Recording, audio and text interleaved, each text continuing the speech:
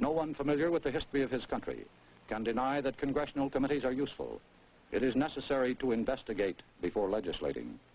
But the line between investigating and persecuting is a very fine one, and the junior senator from Wisconsin has stepped over it repeatedly. His primary achievement has been in confusing the public mind as between the internal and the external threats of communism. We must not confuse dissent with disloyalty. We must remember always that accusation is not proof, and that conviction depends upon evidence and due process of law. We will not walk in fear one of another. We will not be driven by fear into an age of unreason if we dig deep in our history and our doctrine, and remember that we are not descended from fearful men, not from men who feared to write, to speak, to associate, and to defend causes that were for the moment unpopular. This is no time for men who oppose Senator McCarthy's methods to keep silent, or for those who approve. We can deny our heritage and our history, but we cannot escape responsibility for the result. There is no way for a citizen of a republic to abdicate his responsibilities. As a nation, we have come into our full inheritance at a tender age. We proclaim ourselves, as indeed we are, the defenders of freedom wherever it continues to exist in the world. But we cannot defend freedom abroad by deserting it at home. The actions of the junior senator from Wisconsin have caused alarm and dismay amongst our allies abroad and given considerable comfort to our enemies. And whose fault is that? Not really his. He didn't create this situation of fear. He merely exploited it, and rather successfully. Cassius was right. The fault, dear Brutus, is not in our stars, but in ourselves. Good night, and good luck. 1 month ago tonight, we presented a report on Senator Joseph R. McCarthy. We labeled it as controversial. Most of that report consisted of words and pictures of the senator.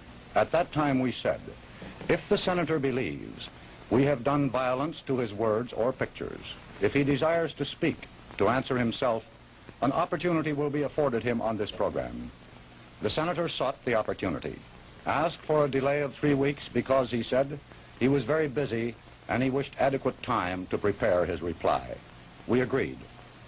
We supplied the senator with a kinescope of that program of March 9 and with such scripts and recordings as he requested. We placed no restrictions upon the manner or method of the presentation of his reply, and we suggested that we would not take time to comment on this particular program. The senator chose to make his reply on film. Here now is Senator Joseph R. McCarthy, junior senator from Wisconsin. Good evening. Mr. Edward R. Murrow, educational director of the Columbia Broadcasting System, devoted his program to an attack on the work of the United States Senate Investigating Committee and on me personally as its chairman. Now, over the past 4 years, he has made repeated attacks upon me and those fighting communists. And of course, neither Joe McCarthy nor Edward R. Murrow is of any great importance as individuals. We are only important in our relation to the great struggle to preserve our American liberties.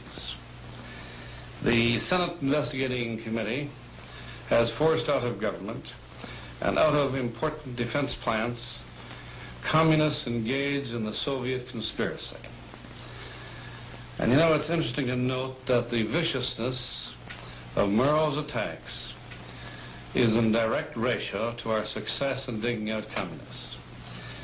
Now, ordinarily I would not take time out from the important work at hand to answer Murrow.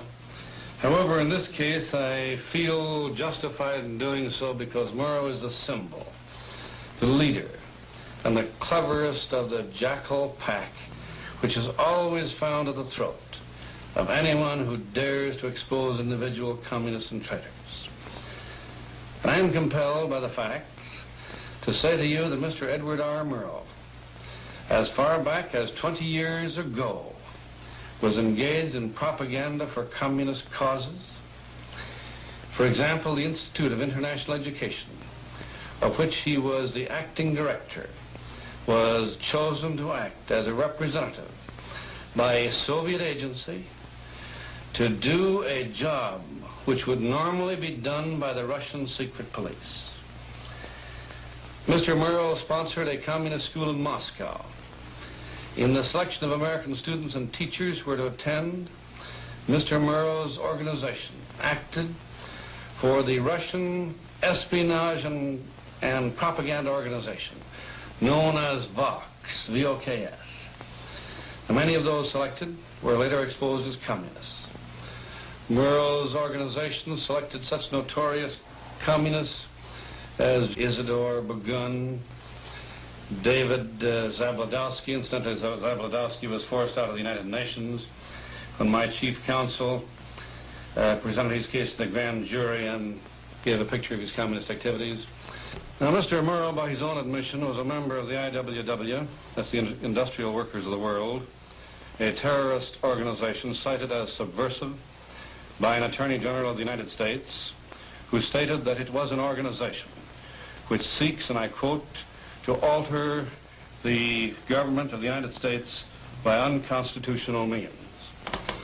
Now, other government committees have had before them actors, screenwriters, motion picture producers, and others who admitted communist affiliations, but pleaded youth or ignorance. Now, Mr. Murrow can hardly make the same plea. On March 9 of this year, Mr. Murrow, a trained reporter who had traveled all over the world, who was the educational director of CBS, followed implicitly the communist line as laid down within the last 6 months, laid down not only by the Communist Daily Worker, but by the communist magazine Political Affairs and by the National Conference of the Communist Party of the United States of America. Now, the question, why is it important to you, the people of America, to know why the educational director and the vice president of CBS so closely follows the Communist Party line? To answer that question, we must turn back the pages of history. A little over 100 years ago, a little group of men in Europe conspired to deliver the world to a new system, to communism. Under their system, the individual was nothing, the family was nothing, God did not even exist. Their theory was that an all-powerful state should have the power of life or death over its citizens without even a trial, that everything and everybody belonged to the rulers of the state. They openly wrote, nothing secret about it, that in their efforts to gain power, they would be justified in doing anything. They would be justified in following the trail of deceit, murder, treason, blackmail. All these things were elevated to virtues in the communist rule book. If a convert to communism could be persuaded that he was a citizen of the world, it of course would be much easier to make him a traitor to his own country. Now, for 70 years, the communists made little progress. Let me show you a map of the world as it stood in the middle of the First World War in 1917 before the Russian Revolution. You will see that there was not a single foot of ground on the face of the globe under the domination or control of the communists. And bear in mind that this was only 36 years ago. In 1917, we were engaged in a great world war in defense of our way of life and in defense of American liberty. The Kaiser was obliged to divide his armies and fight on both the eastern and the western fronts. In the midst of the war, the Russian people overthrew their czarist master, and they set up a democratic form of government under the leadership of Alexander Kerensky. Now, Kerensky's government instantly pledged all-out support to the Allies. At this instant, the Imperial German government secretly financed the return to Russia of 7 communist exiles led by Nikolai Lenin, exiles who had been forced to flee the country. A rather important event in the history of the world. Now, once in Russia, by the same methods which the communists are employing in the United States today, they undermine the army, they undermine the navy, the civilian heads of the government. And in 100 days, those 7 communists were literally the masters of Russia. Now, with all of the wealth of the nation at their command, they proceeded to finance communist parties in every country of the world. They sent to those countries trained propagandists and spies.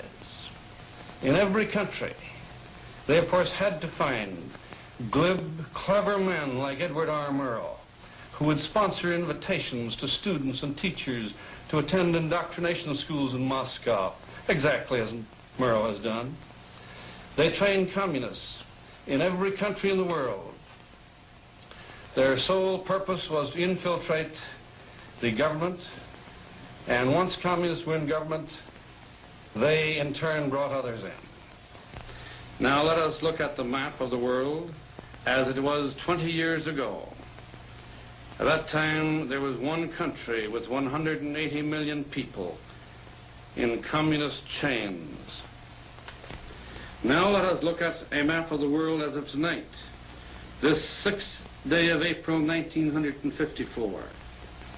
Over 1/3 of the Earth's area under communist control, and 800 million people in communist chains.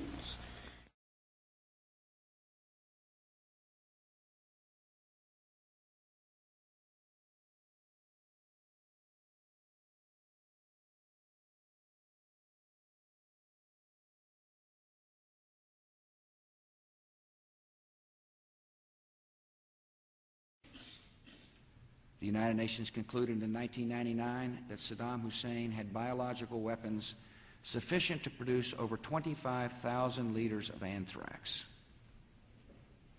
enough doses to kill several million people. He hasn't accounted for that material.